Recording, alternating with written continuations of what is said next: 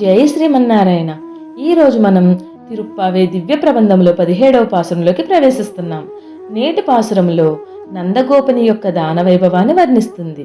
నిన్నటి పాసురంలో ద్వారపాలకుని ఒప్పించి లోపలికి ప్రవేశించిన గోపికలకు అందరికంటే ముందు మంచంపై నందగోపుడు ఆ శ్రీకృష్ణునికి కాపలాగా పడుకుని ఉన్నారట.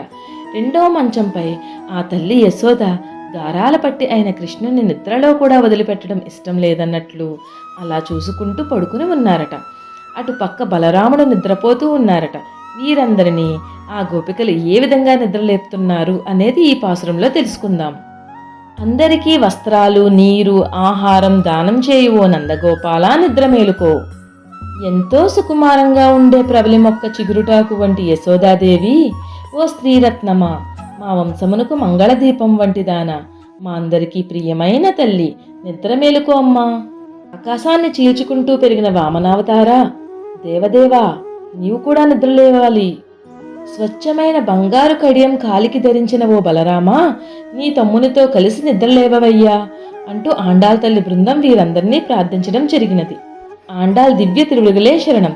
ఈ విధంగా బంగారు కడియముతో, వామన పాదాలతో ఈరోజు మన ఆండాల్ జడ నరసాపురం శ్రీ ఆదికేశ్వర ఎంబేర్మన్నారు కోవెలలో గోదాదేవికి అలంకరించబడి ఉన్నది.